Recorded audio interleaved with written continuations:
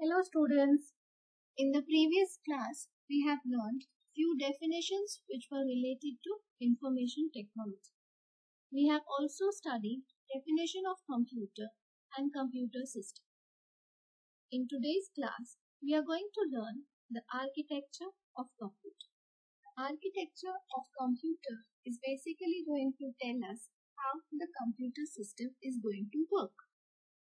So let us start. There are three components of the computer. The first one is input unit, second one is central processing unit, and the third one is output unit. By the name of the three different units, we can understand what is their function. The first one, input unit, is going to accept input from the user. It is going to take data from the user. After taking the data from the user, input unit is going to pass this data to the next unit, which is central processing unit. The central processing unit is going to perform some operations on the data. Finally, after the operations are completed, it is going to give the converted data, that is information, to the output unit. The output unit is going to display the result on one of the output devices. So this is the working of your computer. Let us see this in a diagrammatical form. So here we have input. User is going to provide some input. This input is going to be stored in the memory. After it goes to the memory, it becomes the command and is ready to process. After that, the processor, so this is the processor, it is going to fetch the command. It is going to get the command from the memory.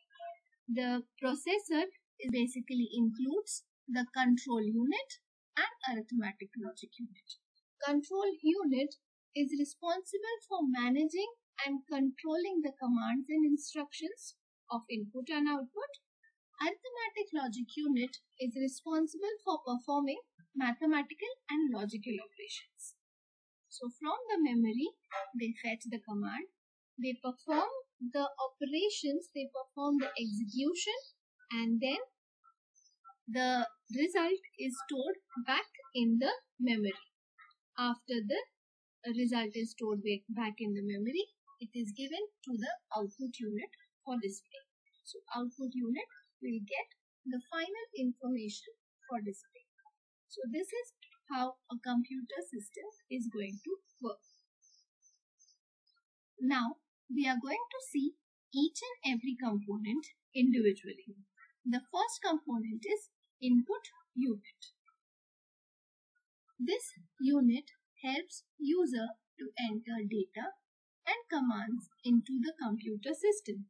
So we can use any of the input devices like keyboard, mouse, and give data and commands to the computer.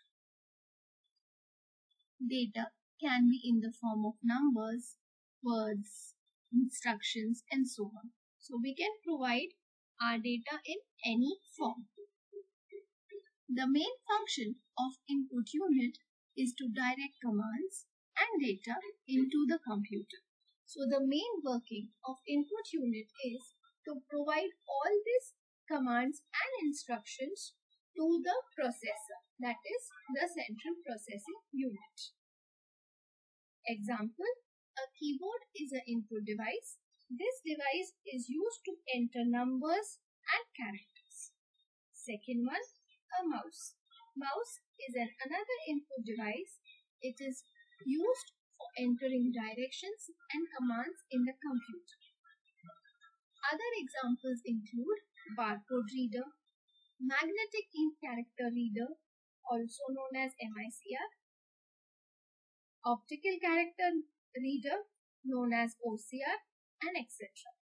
Barcode readers are seen in shopping malls where we are going to scan the barcode which is placed on the products that we buy. Magnetic ink character reader is used to read bank checks, the checks which we get from the bank.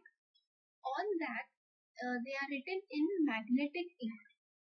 To read that character, we need magnetic ink character reader.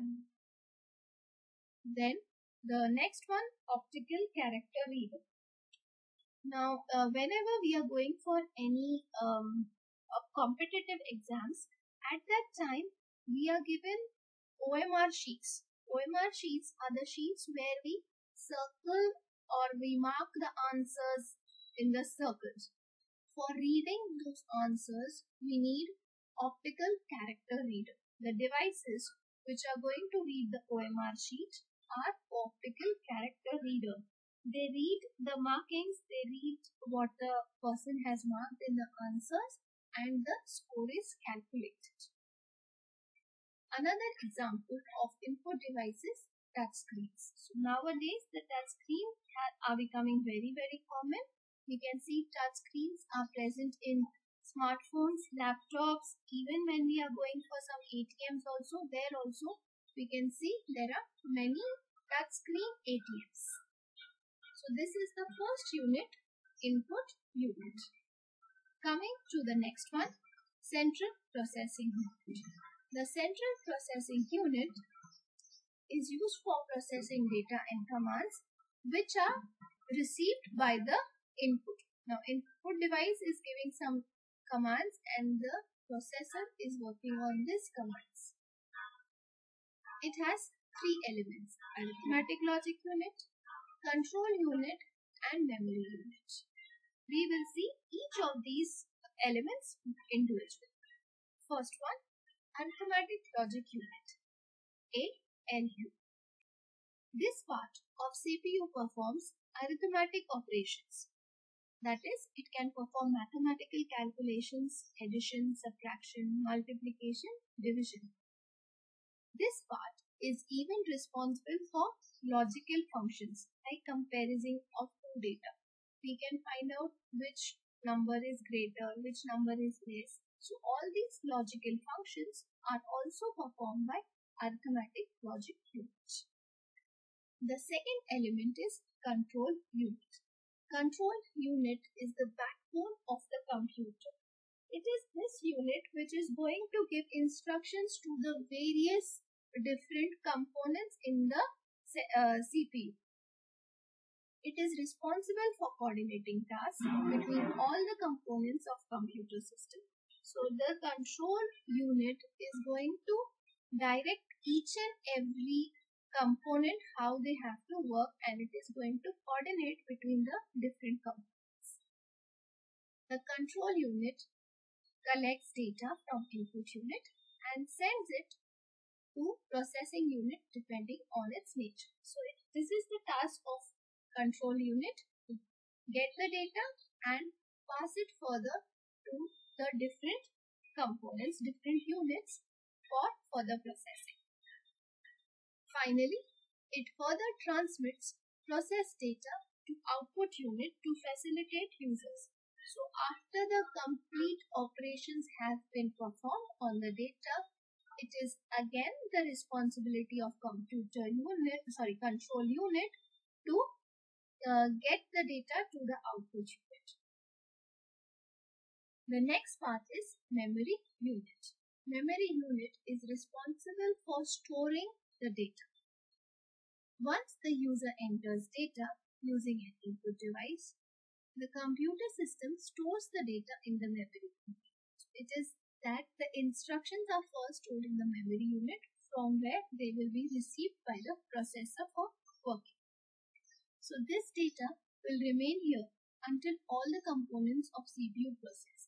So after all the operations have been done, the computer system is going to store that data over here in the memory unit. The memory unit uses a set of pre-programmed instructions to further transmit this data to other parts of the CPU. As and how required, the data which is entered by the user can be transferred to other parts also. The last unit is output unit. Output unit is the final component.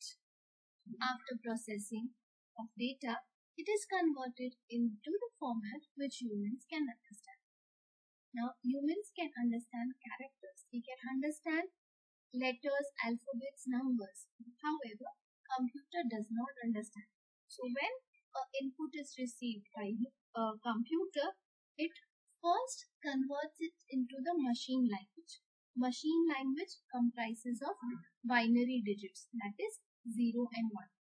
And before displaying the output on the output unit, those binary digits are again converted to human readable form, that is their characters, alphabets, numbers, which we humans can understand. After conversion, the output unit displays the data to the users. Example of output devices include monitor, screen, printers, speakers, projectors. All these are various different output devices which are used for getting the output. So this is all about our architecture. Okay, so let's at the end one more time have a look at the diagram. So here input goes to the memory. After it is in the memory, it is taken by the control unit and arithmetic logic unit for processing. After the process is completed, again it is stored back in the memory, and finally it goes to the output. This is how the computers are going to work. Thank you.